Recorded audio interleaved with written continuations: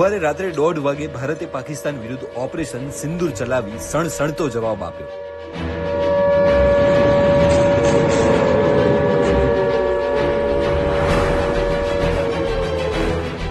પાકિસ્તાન અને પીઓકેમાં 9 આતંકવાદી ઠેકાણાઓને નિશાન બનાવવામાં આવ્યા.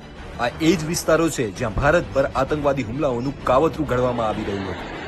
પાકિસ્તાની અખબાર ડોન અનુસાર હવાઈ હુમલામાં 30 લોકો માર્યા ગયા છે, જ્યારે 12 લોકો ઘાયલ થયા છે.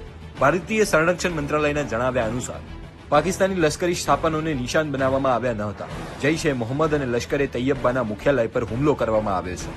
રાષ્ટ્રીય સુરક્ષા સલાહકાર અજીત ડોભાલે કહ્યું, પીએમ મોદી ઓપરેશન સિંદૂરને સતત મોનિટર કરતા રહ્યા.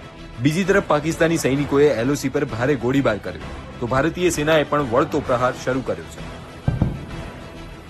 और अभी हम अनंतनाग में मौजूद है। यहाँ पर अभी थोड़ी देर पहले ही सायरन की आवाज बजी है, लोगों को अलर्ट किया जा रहा है। इसके साथ ही यहाँ पर आखो वीडियो जोवा माटे डाउनलोड करो दिव्य भास्कर ऐप।